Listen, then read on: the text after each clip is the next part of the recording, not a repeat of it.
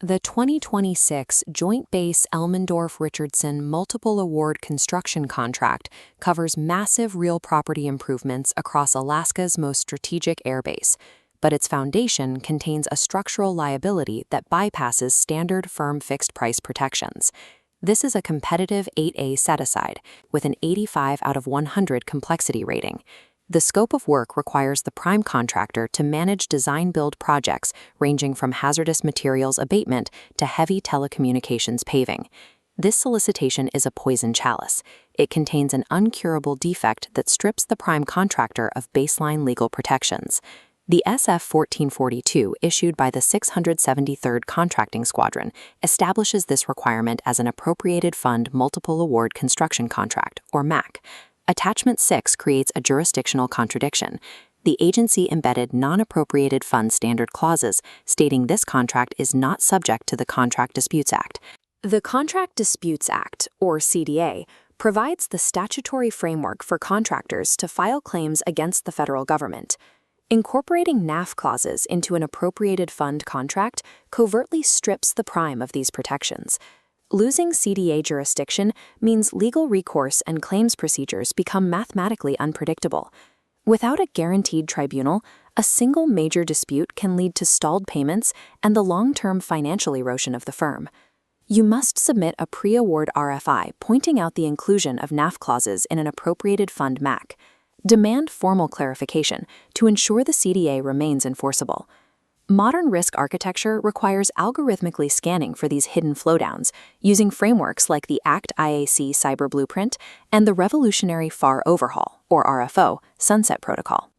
Failing to cure this jurisdictional contradiction leaves the contractor exposed to unquantifiable liability, where standard construction risks have no established tribunal for resolution. The physical execution phase requires the prime to integrate and control hazardous materials throughout major infrastructure upgrades. Section 01500 governs environmental protection on the base, mandating strict compliance with the local Integrated Hazardous Material Plan. The environmental specifications place strict, uncapped liability on the prime contractor for any subcontractor spills. The prime absorbs the full financial penalty, instantly eroding the entire fixed-price margin, creating a margin mirage. Mitigation requires executing back-to-back strict indemnification clauses in all subcontractor agreements. Comprehensive liability insurance for environmental breaches must be priced directly into your overhead rates prior to proposal submission. Relying on standard subcontractor flowdowns without these strict protections leads directly to slow-motion bankruptcy. Historical knowledge of JBER local instructions is no longer a guarantee of future compliance.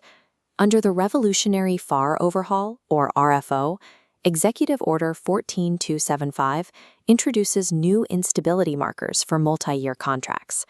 The RFO Sunset Protocol mandates a 4-year expiration for non-statutory provisions, like the JBER local instruction anchoring this contract. Relying on these to define pricing is dangerous. If policies expire mid-contract, the foundational requirements disappear, leaving the project suspended in a compliance vacuum.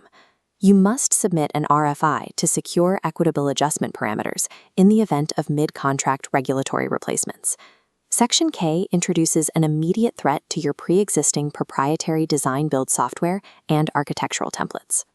The risk is triggered by the incorporation of RDFARS Clause 252.227.7992 under Class Deviation 2026-00036.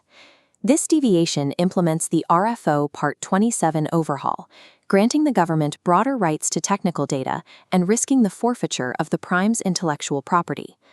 Engaged legal counsel should assert strict data rights protections and apply restrictive legends to all proprietary models prior to submission.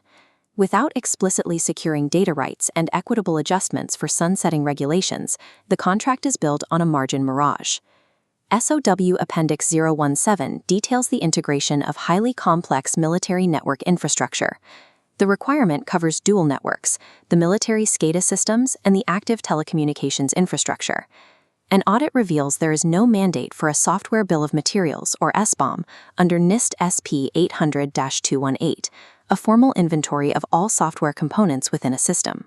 The lack of an SBOM requirement in a software and hardware contract is a critical vulnerability. It creates a post-award compliance gap that will trigger audit failures once the systems are operational. Proactively offering SBOMs in your technical proposal scores technical points and mitigates future compliance audits. Examining the telecommunications infrastructure, the specifications detail the physical pathways, but omit a mandate for FITS 140-3 hardware encryption on active network devices, the required standard for cryptographic modules in federal systems. If you provide network hardware that lacks these certifications, the Defense Information Systems Agency will force a mid-performance upgrade to advanced, costly equipment at the contractor's expense. Secure a formal RFI response clarifying if active network components must inherit FIPS 140-3 hardware encryption certifications. Missing cyber specifications are hidden liabilities. Assuming standard commercial grades for military networks guarantees slow-motion bankruptcy. Protecting your margin requires ruthlessly interrogating the intersection of flowdowns, cyber frameworks, and regulatory sunsets. Identifying these 4 specific margin mirages before the proposal is due is the only mathematical way to protect the post-award architecture. Standard legal review is insufficient.